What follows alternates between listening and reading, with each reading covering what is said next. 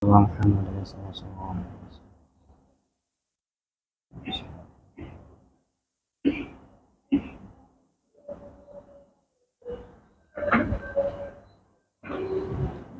Innal hamdalillah nahmaduhu wa nasta'inuhu wa nastahdi wa nastaghfiruh wa na'udzu billahi min shururi anfusina wa min sayyiati a'malina. Innahu man yahdihillahu fala mudilla lahu wa man yudlil fala hadiya lahu. Asyhadu an la ilaha illallah wahdahu la syarika lahu wa asyhadu anna Muhammadan 'abduhu wa rasuluh la nabiyya wa la rasula ba'dah. Allahumma shalli ala Muhammad wa ala ali Muhammad. قال الله تعالى يا أيها الذين آمنوا اتقوا الله حق تقاته ولا تموتن إلا وأنتم مسلمون. وقال يا أيها الناس اعبدوا ربكم الذي خلقكم من نفس واحدة وخلق منها زوجها وبث منهما رجالا كثيرا ونساء واتقوا الله الذي تساءلون به والأرحام إن الله كان عليكم رقيبا. فإن أصدق الحديث كتاب الله وخير هدي هدي محمد صلى الله عليه وسلم وشر الأمور محدثاتها وكل محدثة بدعة وكل بدعة ضلالة وكل ضلالة في النار. فيا عباد الله أوصيكم وإياي بتقوى الله فقد فاز المتقون. Alhamdulillah, bersyukur kita kepada Allah Subhanahu wa taala atas segala nikmat serta karunia-Nya sehingga kita bisa melaksanakan aktivitas kita, melaksanakan kewajiban-kewajiban yang Allah Subhanahu wa taala wajibkan atau tetapkan kepada kita.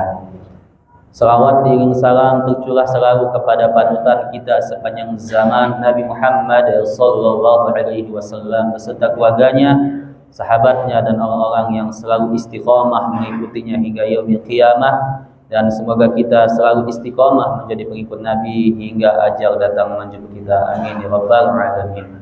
Selanjutnya khatib wasiat, mari kita tingkatkan takwa kita dengan melaksanakan perintah Allah dan menjauhi segala bentuk larangannya. Saudaraku, tidak terasa sekarang ini kita berada 10 terakhir di bulan Ramadan. Bagi Ormas Muhammadiyah, ini adalah Jumat yang terakhir di bulan Ramadan ini. Karena 1 bulan yang telah lalu, Muhammadiyah telah mengeluarkan maklumat bahwa Idul Fitri 1 Syawal itu jatuh pada tanggal 21 April 2023. Adapun sebagian besar umat Islam yang ada di Indonesia ini menunggu keputusan daripada sidang isbat yang dilakukan oleh pemerintah. Ala kulli hal, saudara Allah Subhanahu wa taala, Nabi Muhammad sallallahu alaihi wasallam ketika menjelang 10 akhir di bulan Ramadan, beliau syiddah min zarahu, beliau kuatkan sarung beliau. Dalam artian Nabi Muhammad SAW justru lebih terpacu untuk menghidupkan malam-malamnya, melakukan ketaatan kepada Allah Subhanahu wa taala. Adapun kita sekarang ini sibuk dengan pakaian baru, sibuk buat kue lebaran, sehingga kita lihat di 10 akhir bulan Ramadan yang full itu bukan masjid, tetapi yang full itu adalah pertokoan, mal-mal, pertokoan dan sebagainya. Saudara yang dirahmati oleh Allah Subhanahu wa taala, Sebagai seorang mukmin, kita ini sebaiknya berburu Lailatul Qadar. Lailatul Qadar atau disebut secara tekstual terjemahannya yaitu malam kemuliaan. Yang pada malam itu Allah Subhanahu wa taala menurunkan Al-Qur'an. Walaupun di sini terjadi perbedaan pendapat di antara para ulama tentang kapan Al-Qur'an itu diturunkan oleh Allah Subhanahu wa taala. Sebagaimana firman Allah Subhanahu wa taala, "Syahrul Ramadan alladzi unzila fihi al-Qur'an." Bulan Ramadan itu adalah bulan yang diturunkan Al-Qur'an. Tetapi ulama tidak ada yang khilaf bahwasanya Al-Qur'an itu diturunkan di bulan Ramadan. Masalah tanggal saja kapan. Adapun nanti tanggal 17 Ramadan yang secara umum dipahami oleh umat Islam khususnya yang ada di Indonesia ini memang pendapat daripada sahabat Ubay bin Ka'ab. Di antaranya Ubay bin Ka'ab bahwasanya beliau meyakini dengan seyakin-yakinnya bahwasanya Al-Qur'an itu diturunkan oleh Allah Subhanahu wa taala pada tanggal 17 Ramadan. Yang menjadi perbedaan di antara para ulama itu diturunkan dari mana? Apabila kita membaca tafsir Ibnu Katsir, ketika kita membaca inna anzalnahu fi lailatul qadar, karena ada yang memahami ya sesuai tekstual ini dia Al-Qur'an berarti diturunkan di malam Lailatul Qadar. Lailatul Qadar itu kapan? Yaitu 10 akhir di bulan Ramadan. Nah, makanya Al-Qur'an yang bagaimana diturunkan oleh Allah Subhanahu wa taala. Jadi Al-Qur'an yang diturunkan oleh Allah Subhanahu wa taala pada malam Lailatul Qadar itu yaitu Al-Qur'an yang Allah turunkan min Lauhil Mahfuz ila Baitil Izzah. Yaitu Al-Qur'an yang diturunkan oleh Allah Subhanahu wa taala dari Lauhul Mahfuz. Lauhul Mahfuz itu apa? Yaitu kitab yang berisi catatan-catatan yang akan terjadi semenjak dunia beserta isinya jagat raya ini diciptakan oleh Allah Subhanahu wa taala. Itu namanya Lauhul Mahfuz. Jadi Quran jumlatan wahidatan, Al-Quran diturunkan 30 juz sekaligus Allah Subhanahu wa ta'ala turunkan, yaitu dari Lauhul Mahfuz ke Baitul Izzah, ke langit dunia. Ini yang menjadi perbedaan pendapat ulama. Lalu diturunkannya Al-Quran itu berangsur-angsur kepada Nabi Muhammad SAW sebagaimana yang dikatakan oleh Ibnu Abbas, yaitu kalau digenapkan selama 23 tahun. Dan surat atau ayat yang pertama kali diturunkan oleh Allah Subhanahu wa taala yaitu surat Al-Alaq ayat 1 sampai 5. Bapak Ibu sidang Jumat yang dirahmati oleh Allah Subhanahu wa taala. Dan Lailatul Qadar itu pasti akan terus ada. Akan terus ada sampai hari kiamat. Tapi Nabi SAW memberikan kita kisi-kisinya. Kapan terjadi Lailatul Qadar itu? Maka kata Nabi mengatakan fartamisuha, maka carilah dia Lailatul Qadar itu yaitu di setiap tanggal-tanggal yang ganjil. Bagaimana apa ya amalan yang kita lakukan Bapak Ibu saudara yang dirahmati Allah Subhanahu wa taala? Jemaah sidang Jumat Allah Subhanahu wa taala. Amalan yang kita perbanyak yaitu pertama melakukan salat. Ya. Qiyamul lail atau qiyamul Ramadan. Sebagaimana sabda Nabi sallallahu alaihi wasallam, "Man qama lailatal qadri imanan wa ihtisaban, ghufira lahu ma taqaddama min dzambihi." Nabi mengatakan barang siapa yang melaksanakan salat pada malam Lailatul Qadar karena iman dan mengharap pahala dari Allah Subhanahu wa taala, maka dosa-dosanya yang telah lalu akan diampuni oleh Allah Subhanahu wa taala. Hadis riwayat Bukhari, hadis 1091. Kemudian sebagaimana tadi kami sampaikan bahwasanya sebagaimana kata Nabi SAW memberikan kisi-kisi kepada kita kapan terjadinya malam Lailatul Qadar itu, Nabi mengatakan faltamisuha fil ashril awahir waltamisuha fi kulli witrin, kata Nabi SAW. Carilah Lailatul Qadar itu, kata Nabi SAW, pada 10 hari terakhir Ramadan. Carilah pada malam-malam yang ganjil. Nah, maka kita lihat masjid-masjid yang mengadakan i'tikaf, kalau di malam ganjil penuh, kalau di malam genap berkurang. Sebenarnya 10 akhir di bulan Ramadan ini kita semakin kuat, semakin tekun, syiddah. Ya, sebagaimana Nabi sallallahu alaihi wasallam mengencangkan ikat pinggangnya, mengencangkan sarungnya untuk mengharap meraih ampunan dari Allah Subhanahu wa taala, walaupun Nabi sallallahu alaihi wasallam dosanya telah diampuni. Ya. Nabi Muhammad sallallahu alaihi wasallam itu dosanya telah diampuni, dosa yang telah lalu dan akan datang itu telah diampuni oleh Allah Subhanahu wa taala. Dan surganya pun jelas. Inna a'tayna kal kautsar. Fasholli li rabbika wanhar. Ini firman Allah Subhanahu wa taala ditujukan kepada Nabi Muhammad sallallahu alaihi wasallam. Jelas sudah ada surganya Nabi sallallahu alaihi wasallam. Ini surga kita enggak jelas. Amalan juga enggak jelas, dosa juga menumpuk. Enggak ada jaminan dosanya diampuni oleh Allah Subhanahu wa taala. Dosa-dosa yang telah lalu juga masih ada, belum diistighfari, belum dimohonkan ampun. Tapi kebanyakan kita masih bermalas-malasan untuk meraih takwa, meraih ampunan dari Allah Subhanahu wa taala. Maka itu Aisyah radhiyallahu anha ketika Nabi sallallahu alaihi wasallam melaksanakan qiyamul lail sampai bengkak kakinya, Aisyah bertanya, "Ya Rasulullah, dosamu telah diampuni oleh Allah Subhanahu wa taala. Dosa yang telah lalu dan akan datang telah diampuni oleh Allah Subhanahu wa taala." Kok serius banget ke bahasa kita ya. Beribadah kepada Allah Subhanahu wa taala, bangun di tengah malam, melaksanakan ibadah, melaksanakan sholat. Lalu Nabi mengatakan, dosaku yang telah lalu diampuni, yang akan datang juga akan diampuni. Dan apakah aku tidak menjadi hamba yang paling bersyukur kepada Rabb? Nah, saudara yang dirahmati oleh Allah Subhanahu wa taala, wa an Muawiyah Abi Sufyan radhiyallahu anhuma an-nabi sallallahu alaihi wasallam qala fi lailatul qadr lailatu 27. Kemudian dari Muawiyah bin Abu Sufyan radhiyallahu anhuma dari Nabi sallallahu alaihi wasallam, beliau berkata mengenai Lailatul Qadar itu terjadi pada malam ke-27.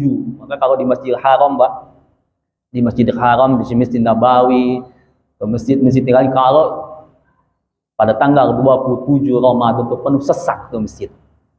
Sampai-sampai jamaah nggak bisa, bahkan di emperan Masjidil Nabawi, Masjidil Haram itu nggak muat. Jamaah itu sampai di luar demi mencari yang namanya Lailatul Qadar. Karena Lailatul Qadar itu orang yang beribadah, orang sudah melaksanakan sholat, ngajinya, ya, baca Quran, kemudian sholat, dia mendapatkan ternyata malam itu adalah Lailatul Qadar, maka dia akan mendapatkan keutamaan sebagaimana firman Allah Subhanahu wa taala, "Inna anzalnahu fi lailatul qadar. Wa ma adraka ma lailatul qadar. Lailatul qadar khairum min alfi syahr." Maka dia akan sebagaimana dikatakan oleh Qatadah ya di dalam tafsirnya, kemudian Mujahid, orang yang mendapatkan Lailatul Qadar itu dia sholat atau dia zikir atau dia ngaji, kemudian pada malam itu betul adalah malam Lailatul Qadar, maka dia akan mendapatkan keutamaan, dia akan mendapatkan pahala sebagaimana orang yang beribadah selama 1000 bulan, saudara yang dirahmati oleh Allah Subhanahu wa taala. Maka Aisyah radhiyallahu anha bertanya kepada Nabi sallallahu alaihi wasallam, "Ya Rasulullah," dan ini doanya yang diajarkan oleh Nabi sallallahu alaihi wasallam, "Ara'aita in 'alimtu ayyu lailatul qadri ma aqulu fiha?" Qala qawli Allahumma innaka 'afuwun tuhibbul 'afwa fa'fu 'anni. Aisyah radhiyallahu anha berkata, aku pernah bertanya kepada Rasulullah sallallahu alaihi wasallam, yaitu jika saja aku tahu bahwasanya suatu malam adalah malam Lailatul Qadar, lantas apa doa yang kuucapkan, kata Aisyah. Lalu Nabi sallallahu alaihi wasallam mengajarkan kepada Aisyah suatu doa, dan ini doa yang perlu kita baca juga. Allahumma innaka afuwun tuhibbul afwa fa'fu anni, yang artinya, ya Allah, Engkau maha memberikan maaf dan Engkau suka memberikan maaf, menghapuskan kesalahan, karena maafkanlah aku, hapusilah dosa-dosaku. Maka oleh sebab itu, saudaraku yang dirahmati oleh Allah Subhanahu wa taala, Imam Syafi'i rahimahullah mengatakan pada perkataan yang qadim, yang lama, beliau mengatakan, man syahidal isya'a was-subha lailatul qadri faqad akhadha bihaddihi minha. Beliau mengatakan, Imam Syafi'i rahimahullah di dalam qaulul qadim, beliau mengatakan, siapa yang menghadiri salat Isya dan salat subuh pada malam Lailatul Qadar, maka ia telah mengambil bagian daripada malam tersebut. Maksudnya apa?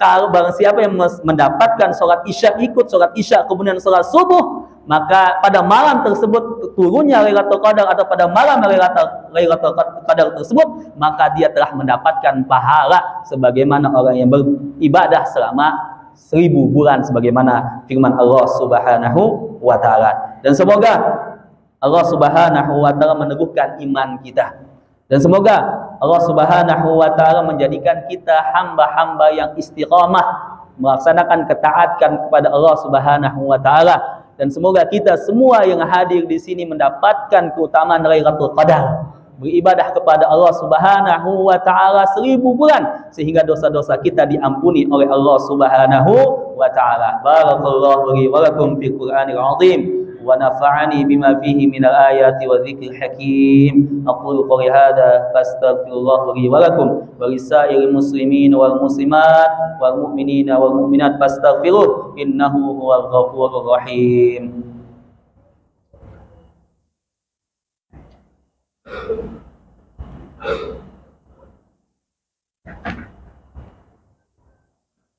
Alhamdulillahilladzi hadana li hadza wa ma kunna linahtadiya laula an hadanallah.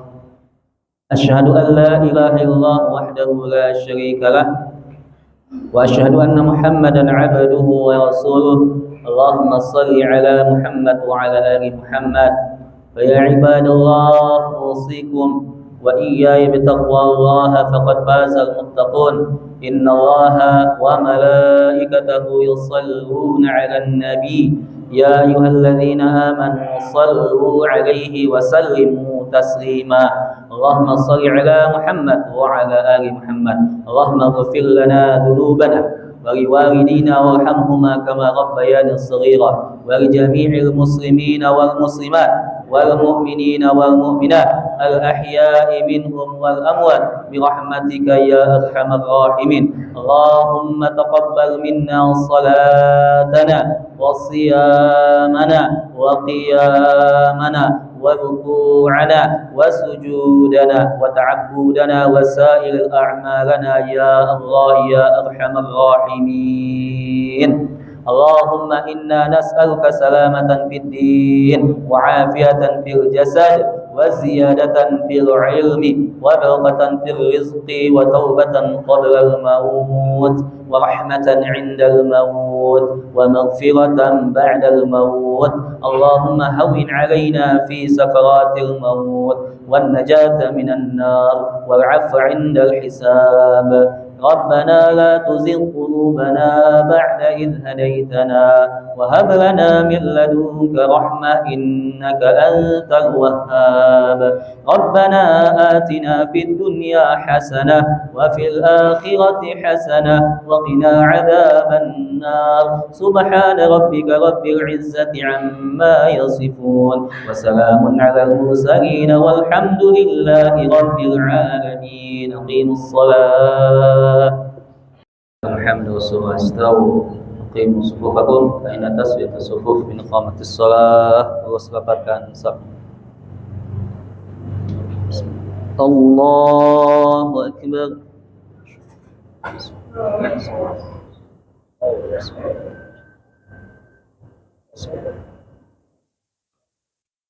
Alhamdulillahi Rabbil Alamin Ar-Rahmanir Rahim Maliki Yawmiddin Iyyaka na'budu wa iyyaka nasta'in اهدنا الصراط المستقيم صراط الذين أنعمت عليهم غير المغضوب عليهم ولا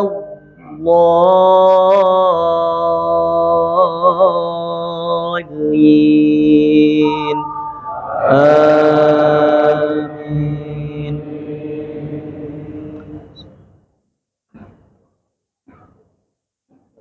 إذا جاءك المنافقون قالوا نشهد إنك لرسول الله والله يعلم إنك لرسوله والله يشهد إن المنافقين لكاذبون اتخذوا أيمانهم جنة فصدوا عن سبيل الله إنهم ساء ما كانوا يعملون ذلك بأنهم آمنوا ثم كفروا فطبع على قلوبهم فهم لا يفقهون وإذا رأيتهم تعجبك أجسامهم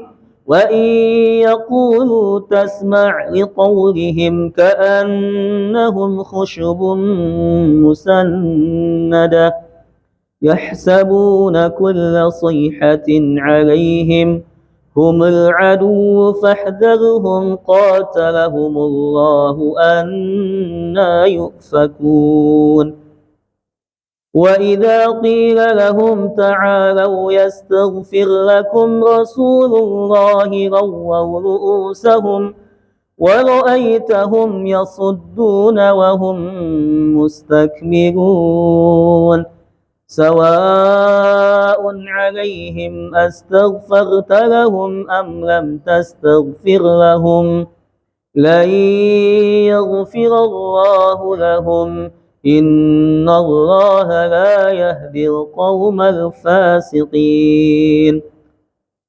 هم الذين يقولون لا تنفقوا على من عند رسول الله حتى ينفضوا ولله خزائن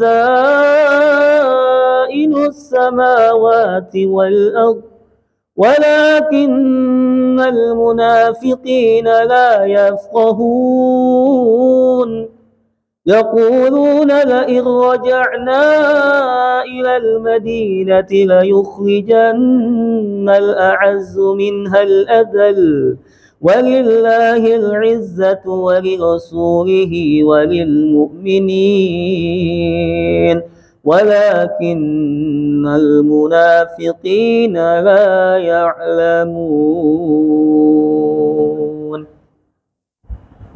الله أكبر.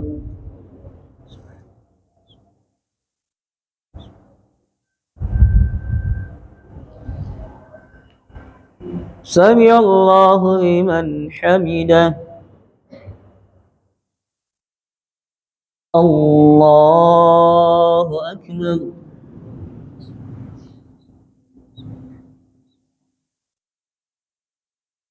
الله أكبر.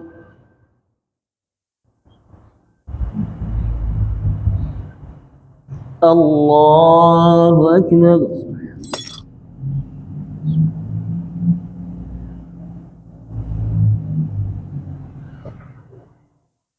الله أكبر. الحمد لله رب العالمين الرحمن الرحيم مالك يوم الدين إياك نعبد وإياك نستعين اهدنا الصراط المستقيم صراط الذين أنعمت عليهم غير المغضوب المغضوب عليهم ولا الضالين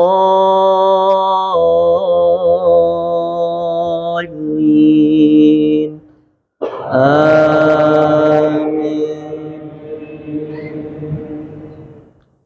يا أيها الذين آمنوا لا تلهكم أموالكم ولا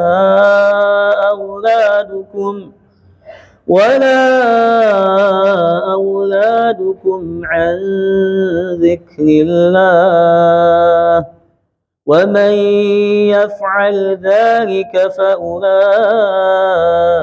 هم الخاسرون. وأنفقوا مما رزقناكم من قبل أن يأتي أحدكم الموت فيقول رب لولا أخرتني إلى أجل قريب فأصدق وأكن من الصالحين ولن يؤخر الله نفسا إذا جاء أجلها والله خبير بما تعملون. الله أكبر.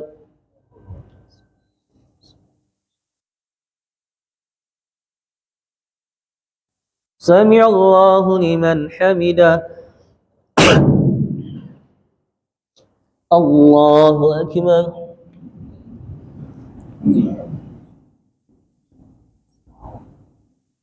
الله أكبر.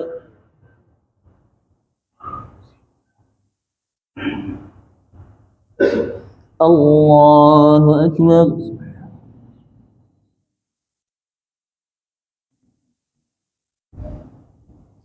الله أكبر.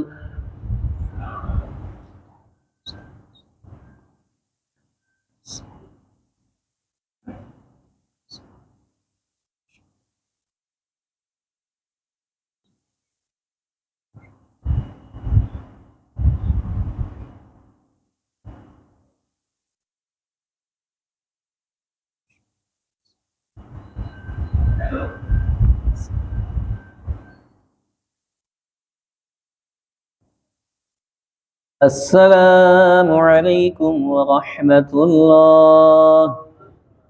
السلام عليكم ورحمة الله.